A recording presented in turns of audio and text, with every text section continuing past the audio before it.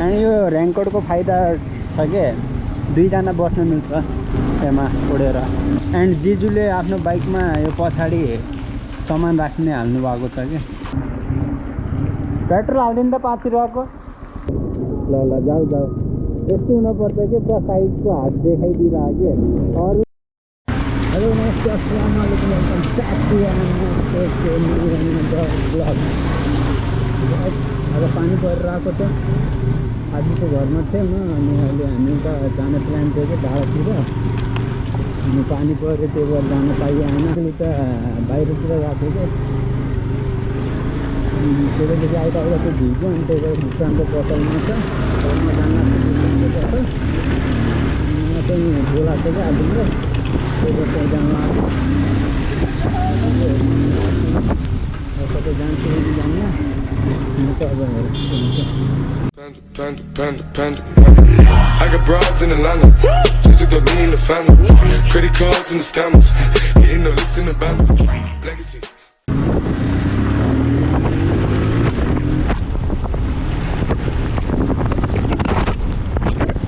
खतरा त परेको छैन, तर बाइक चलाएपछि खतरोवाला आइरहेको थियो।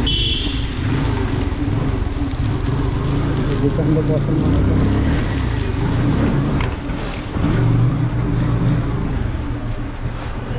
भिनाजुको बाइक बनाउनु आएको थियो। म पनि त्यहाँ बसेर के गर्ने, त्यही भएर अब घरतिर जानु लाग्यो। अहिले पानी रोकिएपछि कतै जाउँला। एन्ड अहिले डाँडातिर जाऊँ न हल्का, बिहानटी डाँडातिर गएर कस्तो आउँछ भनेर हेर्न। पानी परेर झन् दामी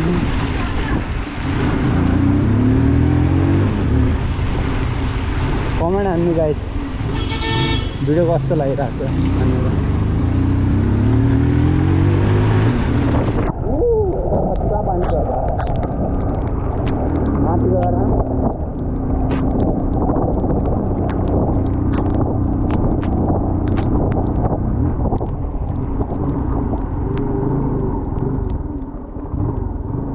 तर त्यहाँ पानी पर्दा पर्दा त्यहाँ मकै बेचिरहनु, त्यहाँ पनि त्यस्तै छ।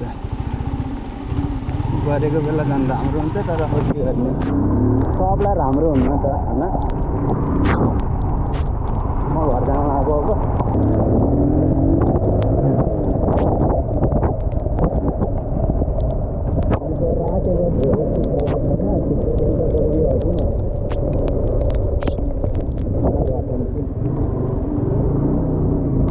सिलिन्डर मेरो बेटी यहाँ बाहिर भिजिरहेको छन्, हेलमेट भित्र राखिदिनु पऱ्यो। म पनि भिजिगएँ, रमाइलो भयो एक्लै बाइक चलाएर। त्यो भित्र राखिदिनु पऱ्यो। ड्याडले लक लगाइदिनु हुन्छ क्या जतिखेर मैले ह्यान्डीमै राखिदिन्छु। अपाचीको नर्मल हेलमेट ह्यान्डीमै छ, त्यो पनि ह्यान्डीमै राखिदिन्छु। पुरा भिजिसकेँ कि म हेर्न सक्ने चाहिँ पुरै पानी एकदम सुस्तरी छ। तर बाइक चलाएपछि धेरै हुन्छ कि, मतलब स्पिडमा आउँछ, त्यही भएर पुरा कपडा भिजिसक्यो। अब एकछिन बसौँ, कपडा सफा सुकाऊँ, अनि अहिले आदिलले अहिले कल गरेपछि जाउँला पानी खानी रोकेपछि। नत्र अब हेरौँ के हुन्छ, लास्टसम्म हेर्नु न, थाहा पाउन सक्नुहुन्छ। अहिले वेट गर्नुहोस् पानी रोकिनको लागि, अनि रोकेपछि जाउँला बाहिर। मैले रेनकोट लिएर आइसकेँ, म अब रेनकोट लाउँछु।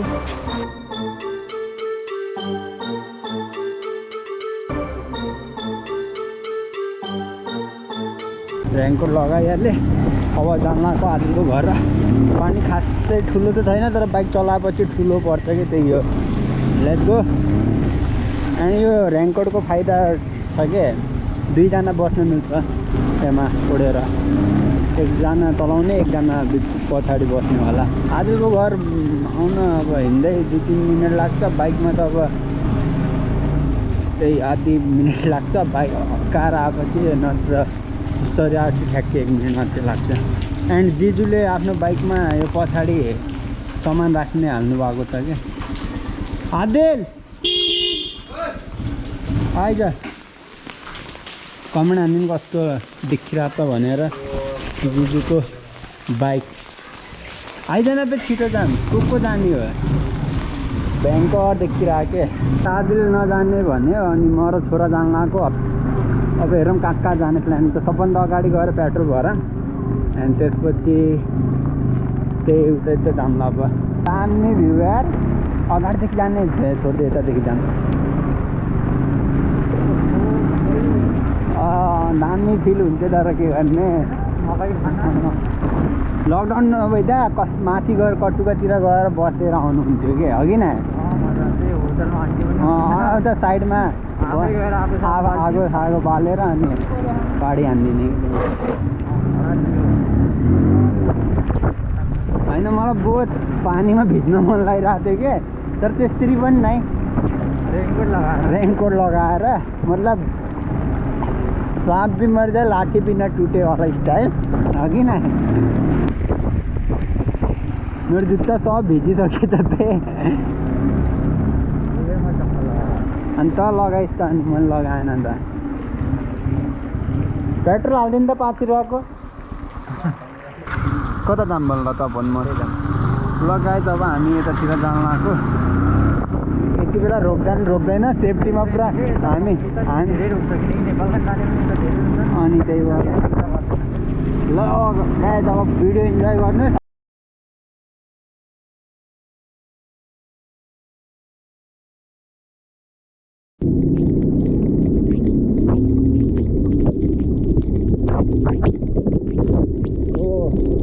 पानी यहाँ जम्मा भइसक्यो हाल्न पर्छ हेलमेट सब भिजिसक्यो त त्यो पनि के गर्ने कन्टेन्टको लागि एन्ड रमाइलोको लागि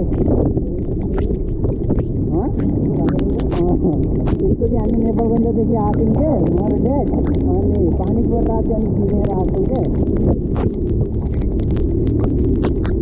अनि अस्ति हामी कहाँ जाँदाखेरि पनि लगेर यादै भएन अनि त्यो फोल्ड गरेर राखेर अनि त्यही अघि हेर्दा सोध्यो अनि हेराइसक्यो अनि त्यही तानेर लिएर आएन यार खोला के हो पारा खोला त छैन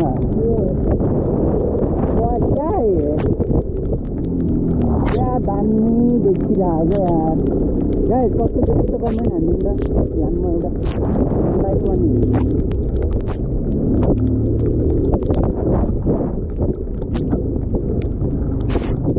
रमाइलो यार अगाडि गएर आउने ब्याग छोड्दै नै के अगाडि धेरै पुगेर आउने कि नै तेल त छ जस्तो छ तर अब यहाँ त हिजो गएर आएको छ होइन लेट्स गो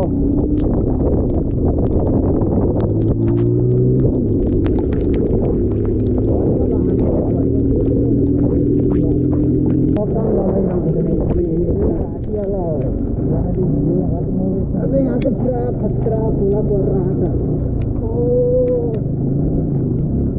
हमने बाइक लगा देंगे एयरपोर्टतिर जाम कस्तो देखिरहेको छ भनेपछि हेर अस्ति त यहाँ गएको त्यतिखेर पानी परिरहेको थिएन बादल मात्र लाग्थ्यो अन्त त्यो पानी र एयरपोर्टभित्र जानु पाए त डर्नी हुन्थ्यो क्या ओ खतरा के हेर्नु वा त्यसले याद गरेर कि मलाई पुरा हेर्नु खतरा देखिरहन हामीलाई भित्र जानै मिल्यो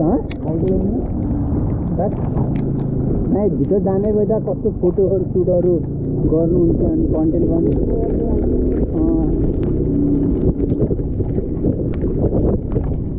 हेलमेटको मैले लक लगाएको छैन क्या यार त्यही भएर छोरा हेलमेटको लक लगाइदियो त किन यो हल्लिरह भन्दाखेरि अब मेरो हेलमेट हो क्या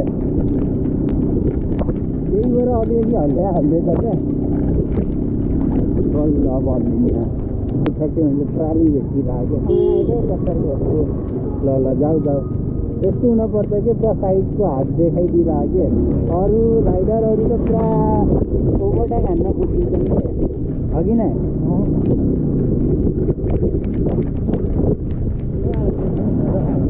हल्का पल्टिन्छ कि बाइक भन्न कि दुई दिन चाहिँ मतलब यहाँ बसेर गएको बेला त दिमाग छ त यत्रो कन्टेन्ट आफ्नो बाइक पल्टिने कन्टेन्टको लागि बाइक पल्टिने कन्टेन्टको चक्करमा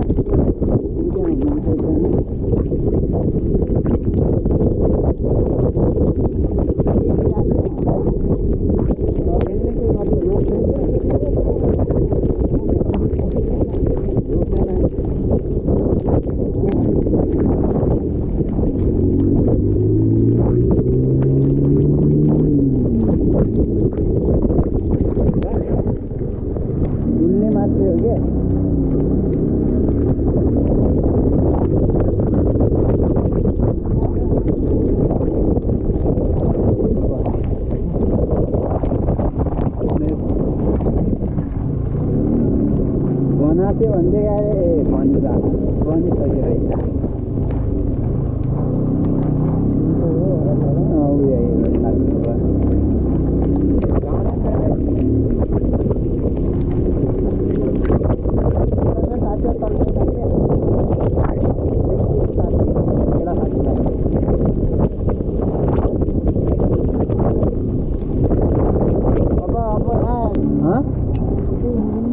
छोड्दै के गर्नु लाने अगाडि पिछाडि तल जानु होइन छोड्दै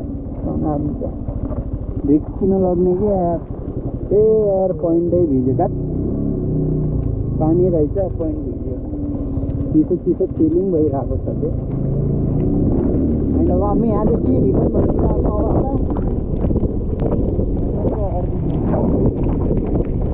बिल्बु ओके गराउन आएको यहाँ सुर्खेतको यातायात यही हो लकडाउनले गर्दा बन्द भएको छ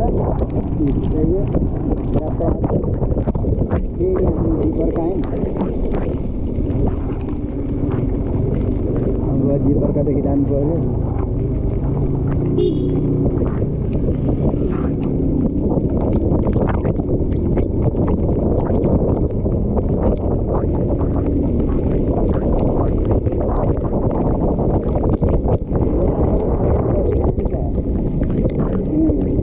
अङ्कल आयो भन्नु भन्ने हेर्नु पऱ्यो ब्याग उता I don't like this baby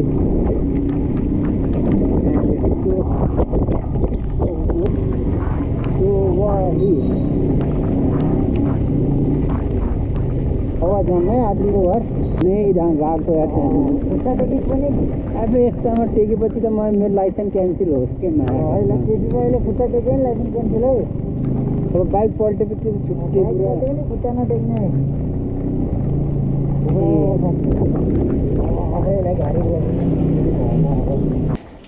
कडा देखियो है कडा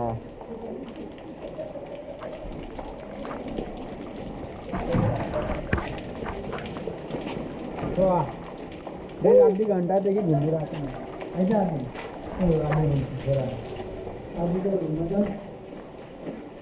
आदिल हामी घुमेर आइहाल्यो बत्ती छैन त हामी घुमेर आइहाल्यौँ क्या रमाइलो बज्यो बोलौँ न छोरा यता आएर भन्छ कस्तो भयो भनेर कस्तो भयो राइड मजै छुट्यो अब एकछिन बसौँ अनि त्यसपछि घर जाउँला अब गोप्रोको चेकिङ पनि भएको वाटरप्रुफ छ कि छैन भनेर अनि मैले छोरालाई पनि आजको घर छोडेर अब घर जानु लाग्यो आफ्नो बाइक भित्र राखिदिन्छु डाइरेक्ट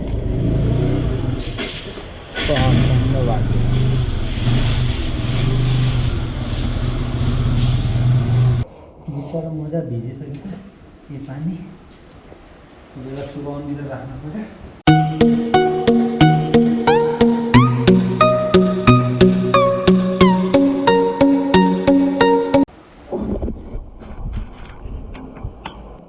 कपडाहरू पनि भिजेछ कि हल्का फुल्का धेरै त नै हल्का फुल्का भिजेछ एन्ड हजुरहरूलाई ब्लग कस्तो लाग्यो तल कमेन्ट गरिदिनु होला एन्ड अरू कुनै किसिमको ब्लगहरू बनाउनु छ भने त्यो पनि कमेन्ट गरिदिनु होला अब म भेट्छु हजुरलाई नेक्स्ट एनदर ब्लगमा।